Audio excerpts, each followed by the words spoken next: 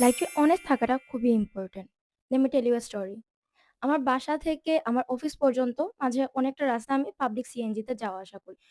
তো নরমালি ৳১৫ ভাড়া নেয়। মাঝে, মাঝে যেই ড্রাইভার আঙ্কেল গুলা অনেক ভালো হয়, তারা ৳১০ মাঝে, মাঝে রাখে। গতকালকে আমি যখন অফিসে যাবো, আমার কাছে ৳১০০ আমি যখন দিলাম উনাকে ভাড়া, উনি আমাকে একবার জিজ্ঞেস করছে, ভাঙতি নাই?" তো আমার কাছে আছে আমি এটাও জানি না। তবে না করে দিছি। উনি ৳১০ রেখে আমাকে ৳৯০ ফেরত দিছে। ওই মোমেন্টে আমার মনে হয়েছে যে ব্যাগের একটা পার্টে আমি একটা কয়েন রাখছিলাম।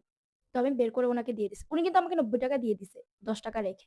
আমি যখন ৳৫ টা দিছি, উনি এত খুশি হইছে, ৳৫ র ব্যাপার না। যেহেতু ভাড়াটা ৳১৫, উনি আমাকে ৳১০ দিয়ে দিছে। তো আমি দেওয়ার পর উনি খুব খুশি হইছে, আমি চলে আসছি।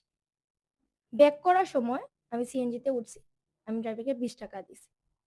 ড্রাইভারের কাছে ভাঙতি ছিল কি ছিল না ওইটা জানি না। ড্রাইভার আমাকে ডিরেক্ট ৳১০ দিয়ে দিছে। তো আমি তাকায় রইছি, বললাম এইটাই ভাড়া। দেখো, আমার সকালে ৳৫ কিন্তু বিকালে ফেরত চলে আসছে। কিন্তু ওই যে আমি অনেস্ট, একটা মানুষের মন খুশি করে ফেলছি। আমার টাকাটা কিন্তু আমি ঠিকই ব্যাক পেয়ে গেছি। সাথে ওই মানুষটার খুশিও। একটা মানুষের দিন হয়তো ভালো হয়ে গেছে। honesty লাইফে ইম্পোর্টেন্ট। কেউ দেখুক বা না দেখুক, উপরে আল্লাহ আছে, আল্লাহ দেখতেছে।